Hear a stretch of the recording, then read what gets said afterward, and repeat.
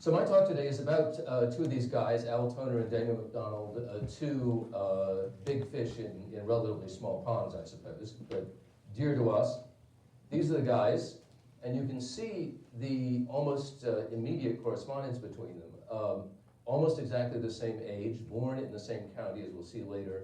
One of them here in Plymouth, one of them down in Kewanna, fellow Democrats, fellow Masons, and certainly fellow what should we say, town enthusiasts, boosters for their towns.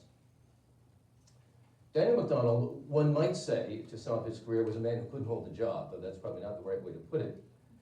His first place was as postmaster here in Plymouth, but the long-running part of his career was as an editor or an owner of the Plymouth Democrat. He owned it, his family owned it, it bounced back and forth amongst various people, and finally in 1874 he bought out his brother and then just ran it himself until 1902. He was twice married, had children, one of whom died in an accident, and another didn't survive childhood. He did any number of first things. It was easy to do the first thing in Plymouth in the 19th century, of course, because things were just getting started. He was our first telegraph operator, he was a cashier at the bank, he was a postmaster, and I think in Bremen, maybe it was in Berman.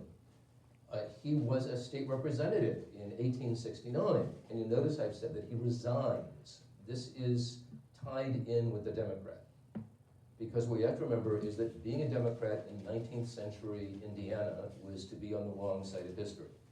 These were the people who were coming as close as they possibly could to supporting the secession, though they never quite actually crossed over the line. But if you read through the Plymouth Democrat in the 19th century, it always refers to the radicals, not the Republicans. And it will talk about how if you don't vote for the Democrats, you're voting for, let me say, black government, but trust me, black is not the word they use. So he's elected for the legislature in 1869, which is the year when the Voting Rights Amendment is going to be passed, right? 15th Amendment, I think, if I remember my history correctly. And the Democratic Party, in the attempt to prevent the amendment from being passed, all resigned from the General Assembly, hoping that this would prevent there being a quorum, because there's clearly enough Republicans to pass radicals to pass the amendment, to ratify the amendment. So McDonald and his buddies all resigned from the legislature on Thursday before the vote is to come on Friday, thinking that this will prevent the House from voting. So the Speaker, looking at this, obviously not a quorum, and protests are lodged and so on, and the Speaker says, well, the Constitution says that we can do, the Indiana Constitution says we can do these things without a quorum.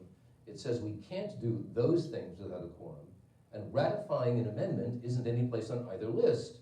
So I think in the interest of caution, we should go ahead and ratify the amendment. And of course, the Democrats were outraged, but by then they had resigned, so there wasn't anything to do about it. But it does show you that our hero has, to some degree, feet of clay. He was twice again elected representative, and that was when he passed the bill to build the Menominee Monument. So it's sort of the place we most remember Daniel McDonald is probably either reading his books or looking at the monument out on Hare or Peach, whichever that is out there.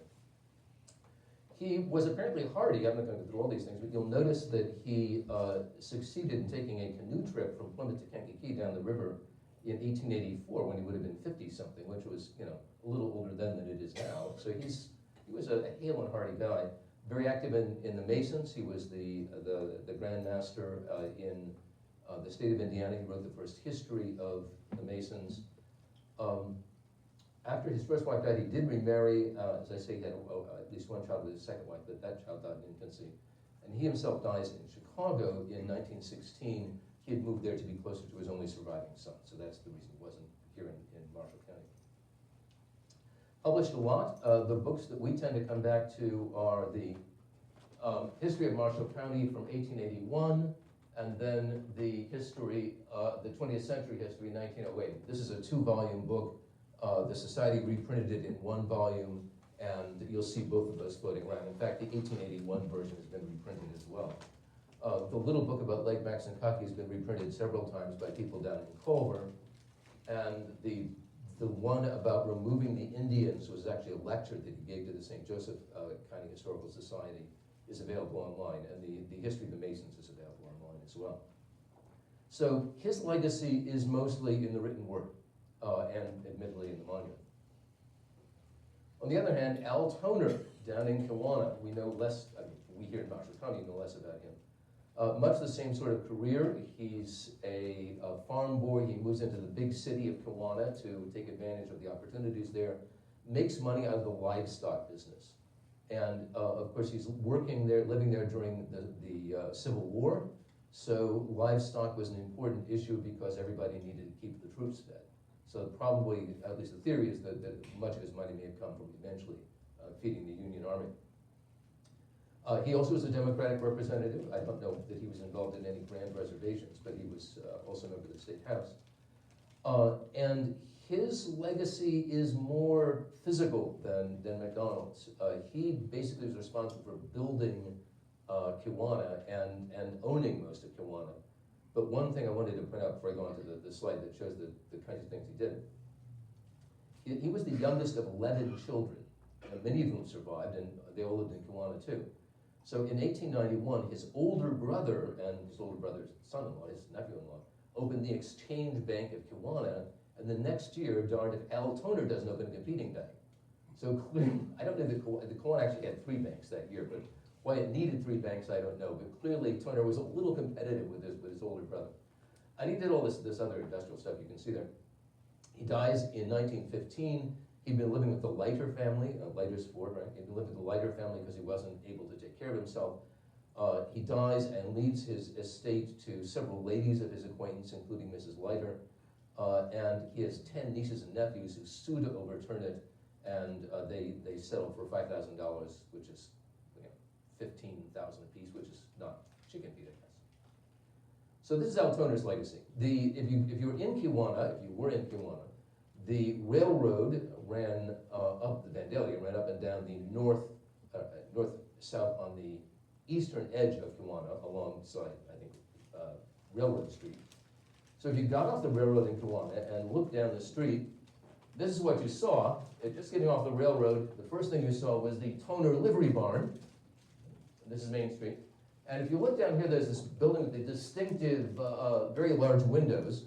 So next slide. This is the same building, and you'll notice it's the Toner Hotel. In fact, you keep driving through downtown Kalamazoo, you keep seeing things with the name Toner on them, including Toner Avenue. So he's a guy who had money, and he had influence in his community because of respect, but also because he was a guy who could put cash behind projects. Daniel McDonald had the influence of the press, and Toner had the influence of cash. Both of them turned out to be important. So our poor little town of Marmont, Uniontown as it was founded, but in 1857-ish, it began to be called Marmont, had a lot of trouble getting a railroad. Everybody else got a railroad, but not somehow Culver. The Peru and Indianapolis, which is eventually becomes the New York Central and then the Nickel Plate, but it's the North-South Railroad that came to Plymouth. First one here in 1856 in July, but then that fall, the Pittsburgh, Fort Wayne, and Chicago, which becomes the Pennsylvania, is completed through east and west, so the county seat has 2 railroads by the end of 1856. Then Bremen, La Paz, and Walkerton get the B&O. Daniel McDonald says that railroad was put in almost overnight and no one knew it was even coming. The Erie goes through DeLong. Of all the insults, a railroad going through DeLong, but still Marmont gets nothing. That one was particularly frustrating because the Chicago and Atlantic actually had a board member who was living in Marmont. In fact, the man who was responsible for being called Marmont, Dr. Durr, who, to be fair, wasn't a Durr, but actually wasn't a doctor. I mean, it was actually just a pharmacist. But Dr. Durr had been appointed to the board of the Chicago and Atlantic, presumably because they were jollying him and the other people in Marmont along to think that the railroad might go through there. And then he's horribly disappointed when it actually goes south, so to speak. And then in 1881, 1882, they can't even get the nickel plate. And the reason I say they can't even get the nickel plate is the nickel plate was a joke railroad. It was built in order to extort money out of Commodore Vanderbilt in the New York Central. And the family, the trust that built the nickel plate, didn't have any intention of actually running a train on it. In fact, they only ran one train on it before Commodore Vanderbilt built it the next day. And the joke was that he paid so much money for it that it might as well have been nickel plate. That isn't where the phrase actually came from. But it was, the effect of the nickel plate going through was to crystallize Burr Oak and Hibbern and Rutland as three little towns along the railroad. There had been people living there, but the actual creation of the settlements comes from the railroad going through. So Marmont gets none of these and is feeling very frustrated, particularly because there had been, at least the Erie had been teasing them with the possibility of getting a railroad. What they do get eventually is the Vandalia. And in one sense, we can answer the most important thing about the Vandalia Railroad if I ask you, do you know where Vandalia is? And people who pay more attention to geography than I do may actually know. But anyone know where Vandalia is? No? Ohio? No? So I heard the answer back there someplace. Illinois. It's the capital of Illinois before Springfield. And this is the Terre Haute and Indianapolis Railroad. By the way, they call it Vandalia because the important thing was that it went the other direction. Right? The important thing about the Terre Haute and Indianapolis was that it connected from Terre Haute to St. Louis going through Vandalia. And you can see here some of the ins and outs of how that happened because they were competing. There was another competing railroad. In fact, there were at one point 3 railroads from Terre Haute to St. Louis. But this one was the one that was backed by the Pennsylvania. Much to the irritation of the owner, who didn't actually want to be backed by the Pennsylvanians. If you read through it, there's this enormous amount of scrabbling and fussing back and forth and general carrying on amongst people about not wanting a railroad to be under the power of the almighty Pennsylvania, the standard railroad of the world. And yet it's irresistible. You know, the Pennsy was just a giant that was going to gobble up anything they wanted to. So people all through this process refer to the railroad as the Vandalia, and only railroad historians, I guess, take the trouble to actually sort out all of its different names and sub-destinies. This is indicative in some ways of a larger situation that we always have to think about, which is that so much of the early trade, and this fits in with what Kurt was saying last one, so much of the early trade in Indiana is related to things going by water. And things going by water from here are going downstream, they're eventually going to St. Louis. So trade with St. Louis seems like a big deal to people in the 19th century. In fact, the first railroad, the Indianapolis and Peru, that is the first one to get to Plymouth, only sort of coincidentally came to Plymouth.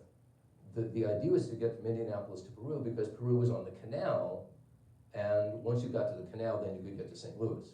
So all of these arrangements are dictated by water almost as much as anything else, and the flow of the Ohio, the flow of the Wabash, and all these things getting you to St. Louis. The idea of having a railroad that would get to St. Louis was duplicating what people already thought about how you needed to travel and where you thought you needed to go to. And Chicago, to a certain degree, was thinking outside of the box. Right? Chicago is attractively located on Lake Michigan, but that's not as attractive as, say, Toledo, or someplace that's already on Lake Erie, and you'd have to go up and back again. Right? So it's not till the railroads make Chicago great that Chicago begins to eclipse St. Louis as the great city in the Midwest. So a railroad that connection gets to St. Louis is a big deal. The other side of that then is that it's a sideline for the Terre Haute and Indianapolis to go north.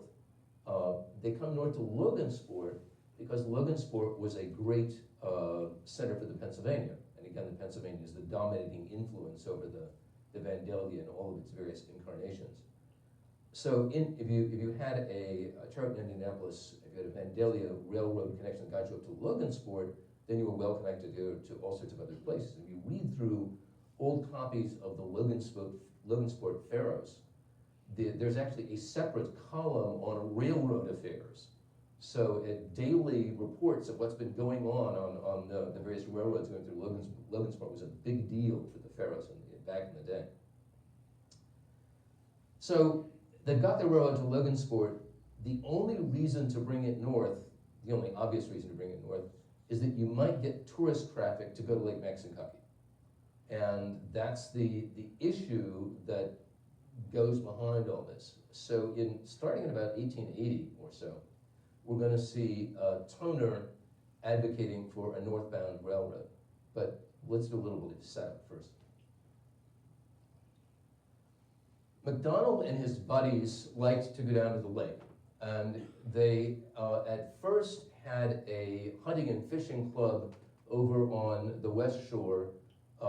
It's on the east shore, I mean. It's about halfway between the Maxinkuckee Country Club clubhouse and that funny sharp left-hand turn that the road makes, which is for the private section of the drive.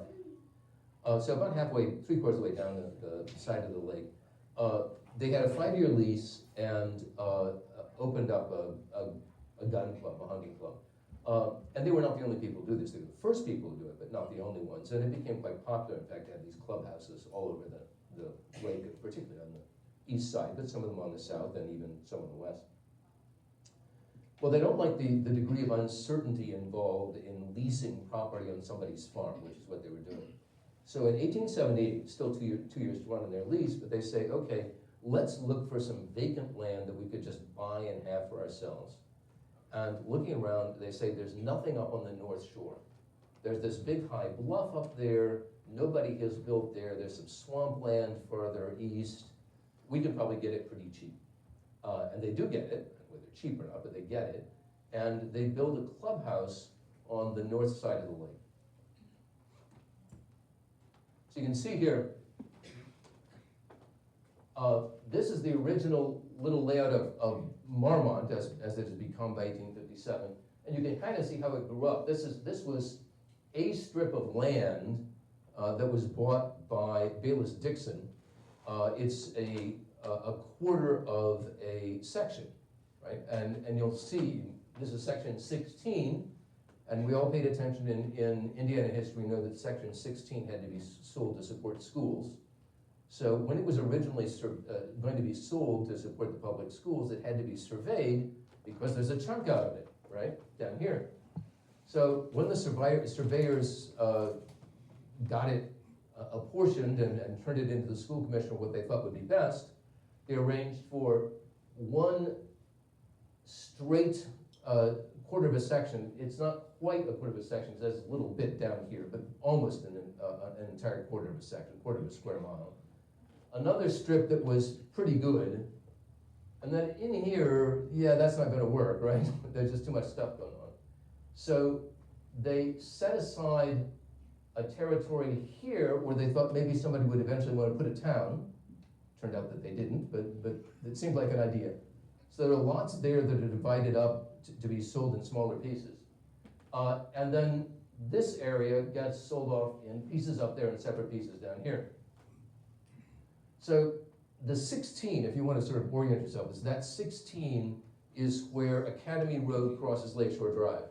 And in fact, if you go there and stand in the middle of Academy Road, you can see there's a little metal plate set into the road, even now, that marks the center of section 16. Somewhat confusingly, it says it's the corner of section 16, but you can't have everything. And again, there's still a marker there. So they buy 15 acres here. The 5 acres next to them, this is sort of roughly where Forest Place runs up, so that little corner there is still the corner where the root beer stand is. That's otherwise owned. And then this guy named Parker has bought these 27 acres from Dr. Durr, who apparently did not think the railroad was ever going to go there. So even though Durr owned what turned out to be the key passage, he had sold it before the railroad actually came through. So this is the place they built. This is the Plymouth Club up on what we would now call the Indian Trails. This is seeing it from the lake, obviously. Here it is from up on shore. We do know who the two guys sitting there are. I don't remember their names, but the names of the guys are known. The names of the people working down here, the kitchen help, presumably the kitchen help, we don't know. At least I don't. And this shows you the effect of the thing. This again is the building, the main building. There were permanent cottages like this, and there were also tents. And so you could come down with your family and stay in the cottage that you had built for yourself. You could stay in one of the tents and take your meals in the lodge building. They could have a dance in the lodge building, whatever, and you could walk down the sidewalk into town. The sidewalk was a plank sidewalk, not a cement. Meanwhile, down in Kewanna, Altoner is having this idea that we should have a railroad. So he's already gotten started with it like in 1880, and you see in papers, the Rochester Sentinel will say something, the Logansport paper will say something very occasionally, the South Bend paper will say something. Things are brewing, people are talking about it.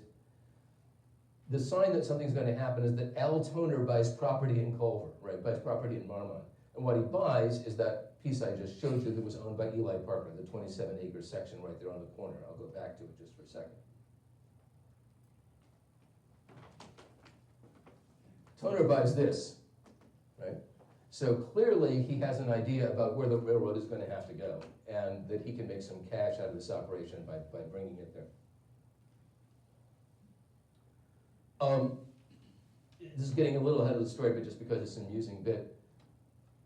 The fact that Toner had a lot to do with building the railroad is recognized by the fact there's actually a town named Altoner, Indiana. And we call it Lucerne now, but when Lucerne was founded, they named it after him because he was responsible for the railroad coming north out of Logansport. So if we follow along in the papers, in 1880, 1881, the question is who's willing to pay the railroad to come north? Because the general operating system of the Vandalia was, we'll be happy to run our infrastructure through your town if you'll only pay us for it and give us the land. So, with those two easy conditions met, we'll be happy to bring you fiber optic or whatever it is that they're trying to do. So we know that the railroad wants to go north through Kankakee, or at least we know that Toner wants the railroad to go north through Kankakee. The issue is what to do as you go farther north. The goal is Marmont in order to be able to take tourists up. Once you've gone through Kankakee, getting over to Marmont, that isn't too difficult. What are you going to do next? Well, the only obvious thing to do is to go to South Bend, but the people from South Bend are being very sort of, I don't know if I want to dance or not. Maybe we can get the Wabash to come to South Bend, maybe the Peru and Chicago that's already going through Plymouth, maybe that will come to South Bend. Maybe we can build a road south from South Bend past Kirk Garner's house and bring it down. There are all sorts of things they think about. And all of these are arguments that the Vandalia backers have to deal with one way or the other. In any case, though, by the time we get to 1882, it's fairly well set that at least it's going to go as far as Marmont. And Kankakee is going to have to come up with $20,000. Now, the difference between Kankakee and Plymouth is that in Kankakee, Altoner puts up the money. Now, to be fair, it's Altoner and a few of his buddies, but it isn't immediately the case that they have to go to the town fathers. Eventually, it has to get approved, of course, as a civic expense, but Toner and his buddies guarantee the railroad that they'll get the money one way or the other. So again, this is the difference between the guy with the money and the guy with the printing press, because you can't print money, they frown on that. He also, he has an eye for the money. He not only agrees to front the expenses, he also becomes the contractor to build the railroad. So in some sense, he's kind of pegged, well, anyway, you see how that works. But the town of Altoner is halfway between Logansport and Kewanna. It's about 11 miles south, and he builds 13 miles of railroad. So he must have started a little bit south of Altoner and built up into Kewanna. And indeed, once he learns how to be a railroad contractor, when the Chesapeake and Ohio comes through the other way, going over to North Judson, he becomes the contractor for that too. So he got kind of a steady sideline in becoming a general contractor for railroad building. He put up an elevator, again expecting that this was going to pay money, and then eventually built a mill as well, because he was going to be able to ship ship stuff out of here, and I don't want it to be just pickles, which was the other big crop out of Kewanna. So they start building in the fall of 1882. And by January of 1883, presuming they didn't do too much building over the winter, but the papers say it's still all on tenterhooks. We don't know what's going to happen with this. And in April, there's another article that says it's 3 miles farther if you go through Plymouth. Are we going to be able to afford this or not? So the issue is, right, if you think about this, you're in Kewanna, you're going to go over to Culver, that's kind of a diagonal. So once you get to Culver, if you're going to go to South Bend, you have to either go north and then cut over, or cut over and then go north. So one route is to go straight north all the way through Walkerton and then cut over. The other route is to go through Plymouth and then turn north.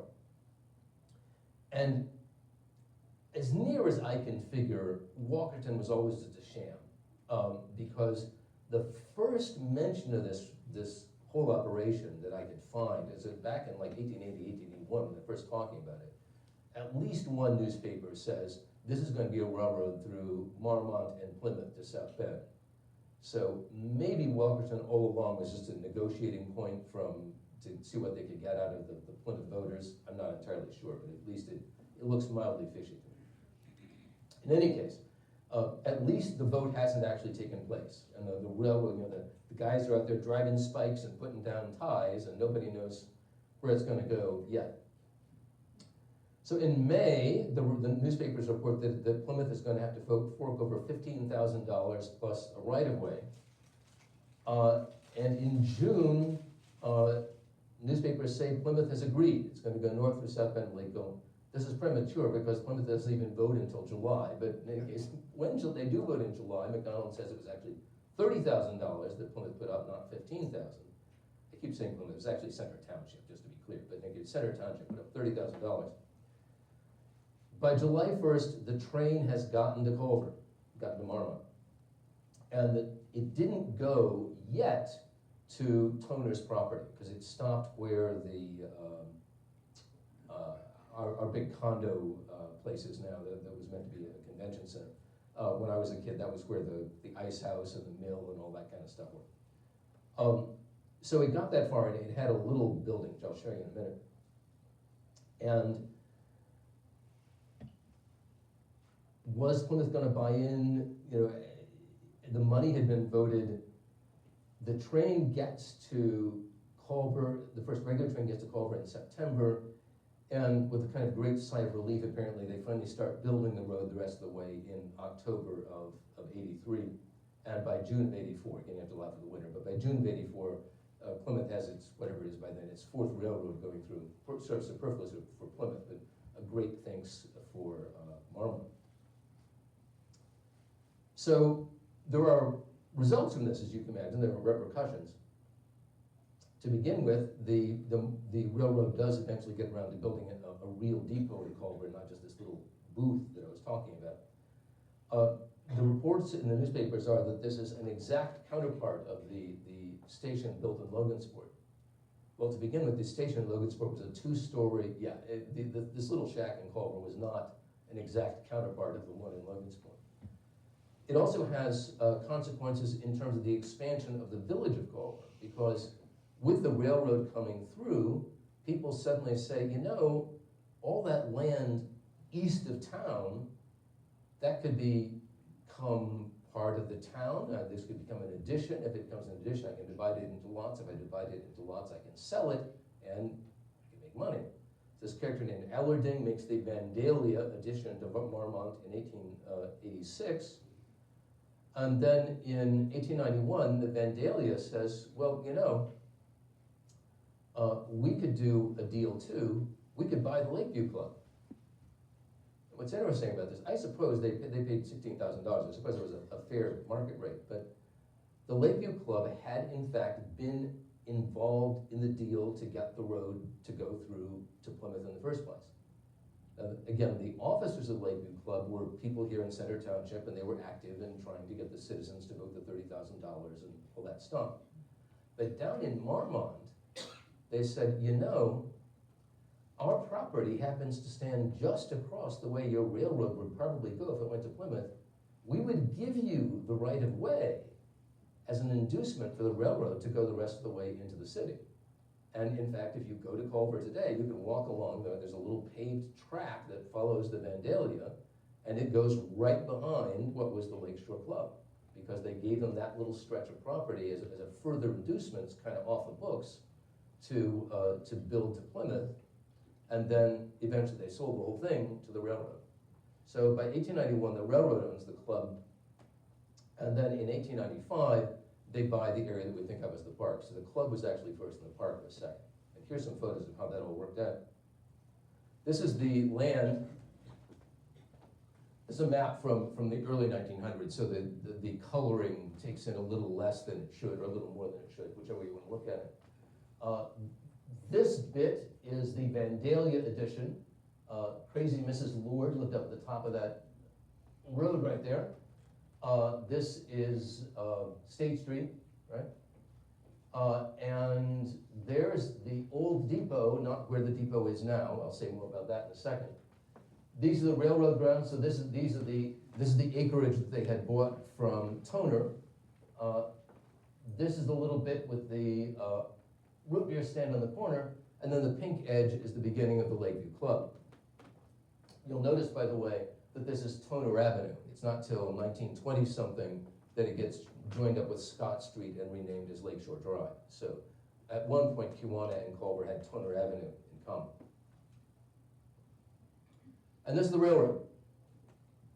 So when they do get around to building, I need something to point at. When they do get around to building a station, it's this lovely little thing, not 2 stories like Logansport, but pretty enough. These waiting areas for the passengers, those are still there. If you go to the Culver Park and have a picnic and rent one of the shelters are the buildings you see there that were originally built as passenger shelters to the railroad. And as far as I know, this little thing is the original station, the one that had been built down by the eventual area of the co-op that was moved in order to become a baggage station for the new and grander place. These are some cadets. This is a photo scanned by Jeff Kenny of the Academy Museum. There's a cadet scrapbook, but you see the cadets standing up in front of the station. It's the only one I know of that shows the actual front of the station, and you can't read it where you're sitting. But up here it tells you the mileage to Terre Haute, and there it's the mileage to South Bend, because this is still the Terre Haute and Indianapolis Railroad. So you have to know how far it is to get down to Terre Haute. I imagine none of those people were going to Terre Haute. Here they are getting on the train. You see the one kid with the beanie. There's a gentleman with a Hamburg back there. It also shows, I think, this is probably not generally interesting, but it shows you that those passenger platforms covers used to be a lot taller than they are now. I think that as they've gotten moved, they've also gotten a little bit cut off the bottom. They've become shorter than they were at one point. And this is the other half of that earlier map. The railroad has bought all this property. There's the hotel itself, but they own everything basically south of Academy Road at one point. Is that right? No, I'm sorry, south of, what is that, Mill Street that goes through there? Anyway, there's one street between Academy Road and the lake, and that's the dividing line that they had. Baker Street. And all of this was intended to be platted out and sold. So far as I know, none of those lots are actually ever sold for houses, but they were platted out so they could have been at least. And this is what the building looked like when the railroad had as a hotel. An artfully faded postcard, but you get the effect that they built around the original building, made it bigger and fancier, but something of the sense of the original building is still there. Just another view of the same thing, but a little farther away to give you the picture of how it expanded in all directions. And this is the slide, the slide I was showing you before again of Toner's territory in the town. A lot of this survives, right? This funny little corner here. This is what, Liberty, I guess, going up and becoming Pearl Street over there. All that funny little layout is still part of it. And the current depot is here instead of there. I think that's the last slide, yeah. So I don't think, some grand wrapping up of this, what I think is funny about this, or curious about this, is that here's this little town in which neither Toner nor McDonald lives, and yet both of them have this enormous influence over how the geography of the town, how we think about the town, the business of the town, the whole grand age of Culver hotels comes from little decisions like Daniel McDonald wanting to have a hunting club up on the bluff, and Altoner wanting to make a fast buck by selling land to the railroad that he worked for. And somehow, out of that mess, we get Culver, one way or the other. Thanks, and I hope we have time for, I'm sure we have time for questions. Yes, ma'am? How long did the Vandalia run? The last train on the Vandalia, I'm so glad you asked, was actually, it did not survive into diesel. It didn't really survive into diesel. The last passenger service was on November 27th of 1947, which was Thanksgiving, so they're getting people home for Thanksgiving. The Academy continued to run passenger trains until 1956, but there was a siding next to the Academy powerhouse, basically. They took off from there. The freight service on the Pennsylvania lasted right up through the days of the Penn Central and the eventual collapse of the whole Penn Central project and the rise of Conrail. Yes? What part did CMA play in getting the railroad there? The railroad came first. It was having the railroad that made it convenient for Mr. Culver to have his school. Though, some of you have heard this story 1,000 times, early episodes that made Culver nationally famous depended on having the Vandalia Railroad. And the two most famous of those are what we call the Great Fire. The Great Fire was not anything burning down. It was fire in the Donald Trump sense of fire. Two boys had gone off campus. So I'm not sure I can get back to it, but so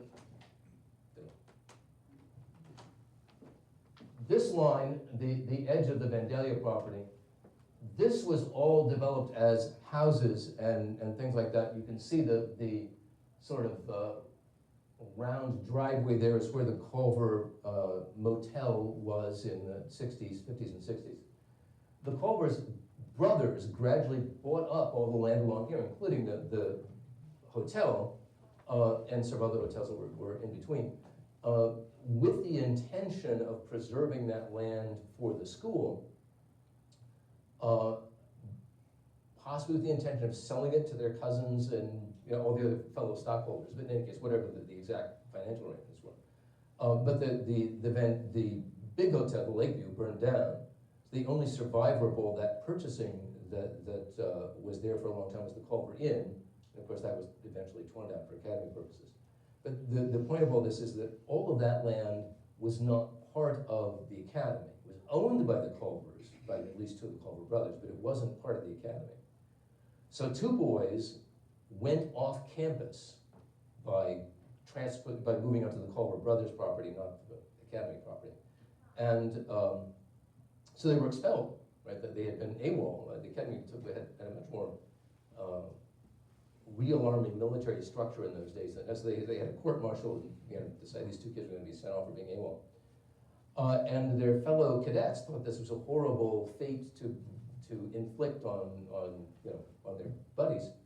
So the two kids were taken down to the train station that we just saw to be shipped home, and all of their friends marched downtown to see them off, thereby committing the same offense that the first two had. Obviously thinking they wouldn't dare kick out all of us. Well, surprisingly enough, they would dare kick out all of them, and they did kick out all of them. And this made the national newspapers, General Gillette, director of the Culver Academies, Culver Academy, has taken the rare step of showing real discipline and throwing out all of his students, almost all of them at least. And they let most of them back in the next fall. But by then, the news had gotten out that Culver was a place that stood by its principles. And then the next episode that also involved the Vandalia was the Great Flood in Logansport. And when General Ginolette answered the call from the mayor of Logansport to say, do you have anything that'll hold water that you can put people in and help us save people from drowning in their homes? Yeah, Ginolette had all these naval yachts, launches that he had been given from the naval school program. He had boys who had been in the summer program, and thus, as a result, now that they're in the winter program, they knew how to row a launch. But the only way he had of getting the launches to Logansport was to put them on the Vandalia Railroad in freight cars. So again, of these two episodes that made Culver nationally known in the early 20th century, they both depended on the Vandalia Railroad, one way or the other. I suppose the railroad wouldn't like to think it was involved in the boys getting kicked out of school. In fact, it was at least the setting for the first episode. Yes, Kurt? Do you want to talk about the turntable? The turntable. Kurt and I and Jeff have actually seen the turntable. There were two turntables, as it turns out. The first one was at the west end of the park area. So kind of down by the old brick house that's the most prominent feature in that part of town. And it was kind of short. So in 1904, there start to be reports that the Vandalia is going to spring for a new railroad, or for a new turntable. So if you take this walk, as you come along like this along the railroad, you can see easily even today that there's a place where a turnout was there, and the path doesn't split in two, but the cutting splits in two. If you stand up on the pizza place, you can tell very easily that was originally just all one piece of land that went straight across. The railroad was cut through, so the cutting curves off to your left as you're going along like this, but this split and then the split off like this are very obvious going off to your right. And if you walk down through the vulture poop down to the end of the line, there's a literal pit that was the pit under this new 75-foot steel turntable. And the story, at least, is that it wasn't an automated turntable. They got boys from town to come down and give them a lollipop to all stand on the side of the turntable and spin it around. I'm not sure that was the original wooden turntable or the new steel one, but at least it's the favorite storm. And at least when we went down there, you could still actually see the cement footing for the pivot in the center of the center of the thing. There's an obvious pit down there. It's overgrown, but you can tell that there's an unnatural depression back in that corner. Other things? Yes, ma'am. Now, did the train run along the shore of Lake Maxinkuckee? Yes. On the west shore? Let me back up for a second. Let me back up. So it ran in front of those houses. Yeah. This is far as I go. So it ran along here. This is already the brick house. The whole of the lake shore was cut off from the lake. In fact, the industrial district where the cove is now, you couldn't, even when I was a kid, you couldn't see the lake because the railroad was on an elevation. In fact, Mrs. Bonine tells the story that one of the last things that was still being delivered by freight car to Marmont, to Culver by then, was coffins, which would come in in a boxcar, and there was this little trestle that we all remember that was down there. I remember walking in this trestle. They would pull a pickup under the trestle, and then they could just unload the coffin off the boxcar straight down into the pickup and take it off to the funeral home. Wow. So yeah, what we think of today is a fairly clear, well, not a clear view because there are now buildings there, but at least a sort of clear approach to the lake was not part of the character of Culver for a long time. It wasn't until you got almost all the way down to the outlet before there was land on the far side of the railroad. And all of those houses people were, not to put too fine a point on it, trespassing on railroad property every time they went down the lake. And once the Penn Central Conrail thing collapsed, there was a lot of issues that the attorneys here could talk about better than I can. There's a lot of issues about getting rights to the property between you and the lake, so that your house would now have actual access to the lake instead of mildly illegal access to the lake. In fact, that also played into the issue of the ice houses, because the big success, there were competing ice houses around the lake, and in fact, another thing you find, you read through the Logansport papers, there were bulletins in the Logansport papers about how well the ice was doing on Lake Maxinkuppee. And so, well, it's gotten up to 8 inches, looks like they may start cutting this week, and we can expect ice to be coming down to Vandalia sometime soon. The advantage of the successful ice companies was that they had an underpass under the railroad. They had a little bit of a ditch. Yeah, a ditch, thank you. It's exactly the word. The canal was what I was trying to say, but they had a ditch that ran under the railroad instead of over it. Again, when I was a kid, I can still remember, you could see the concrete from where this ditch had been there, so they could bring they'd cut the ice into big fields and then cut the fields into strips, and then they could bring the strip up under the canal and then break it into individual pieces to carry it up into the ice house. Again, the railroad prevented business as much as it provided in a certain sense. You couldn't get to the lake until you got to the outlet at one end or the park at the other end. Wow. Other things?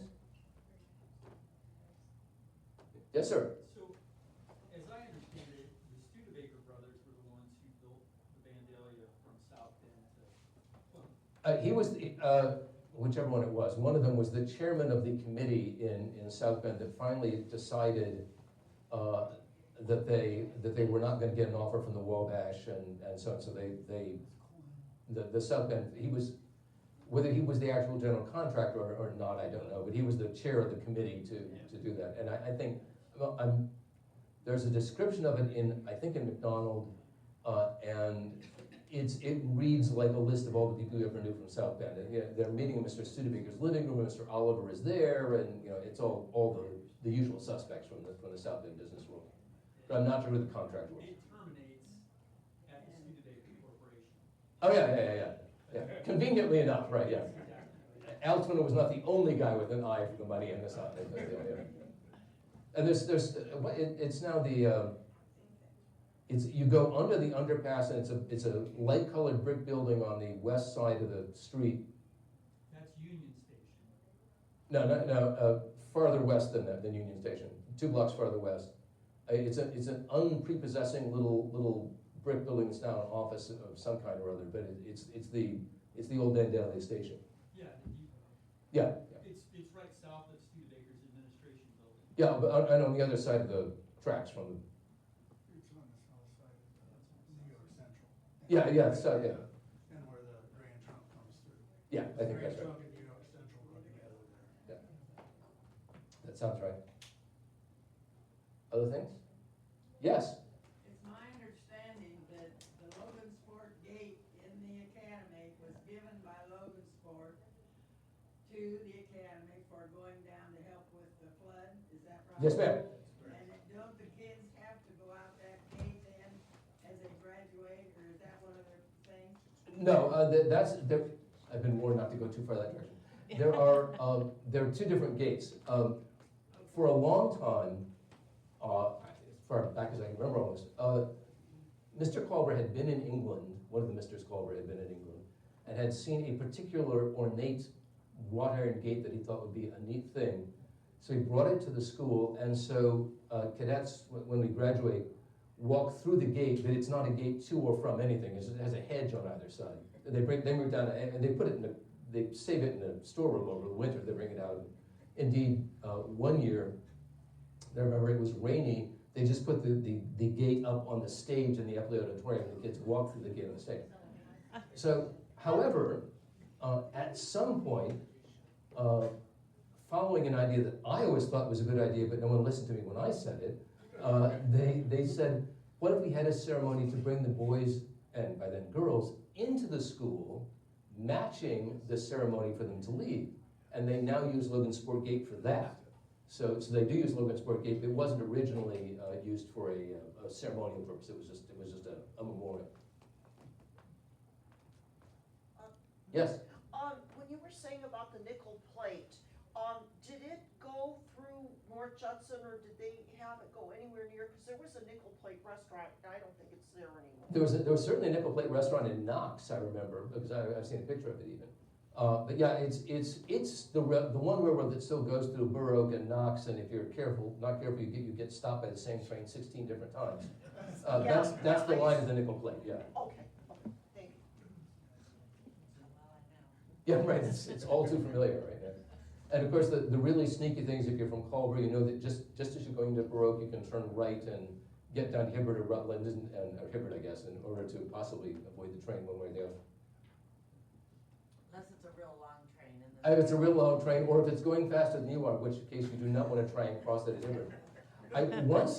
When I was a kid, at Rutland, it's steeper. I have to say, as somebody who lives in that area, it's very convenient that those three little towns are in alphabetical order. But anyway, I was at Rutland, and it's a steep up and down there. And I was driving my parents' old Plymouth Scout that had a straight six engine, but tended to stall a lot. And on a Sunday morning, I was kind of to St. Thomas's for church. On Sunday morning, I got up to the top of the ramp, so to speak, to go over, and the thing stalled, which would be bad enough, but there actually was an oncoming train, and somehow my guardian angel suggested, put it in neutral, and it rolled back down off. That's why I'm here today, to tell you all these stories. We have a minute and a half, any last, and some short question? Very good. Thank you all, it's been fun. Take care of yourself.